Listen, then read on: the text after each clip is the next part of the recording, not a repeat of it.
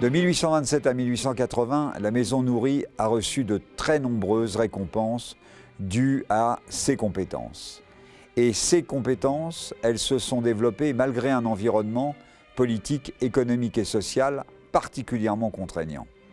Effectivement, la France connaît une immense agitation politique au cours de cette cinquantaine d'années et nous pouvons dire que M. Rocher oppose à cette agitation politique de la détermination, du courage, de l'audace, tout en restant relativement prudent.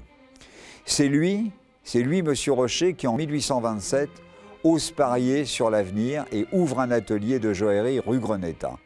La rue Greneta, elle est près de la Porte Saint-Martin, dans un Paris que l'on doit imaginer encore non embelli par Haussmann, où il faut imaginer que le boulevard Sébastopol, qui aujourd'hui est juste derrière, n'existait même pas encore.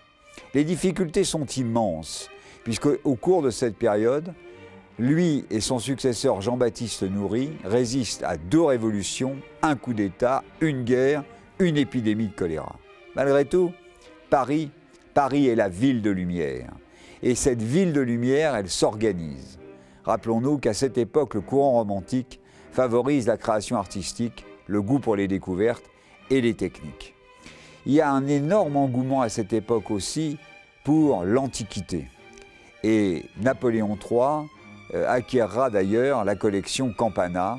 Les objets d'orfèvrerie étrusque, grecque et romaine sont exposés au Louvre et ils font l'admiration des Parisiens qui découvrent le musée, découvrent ces trésors.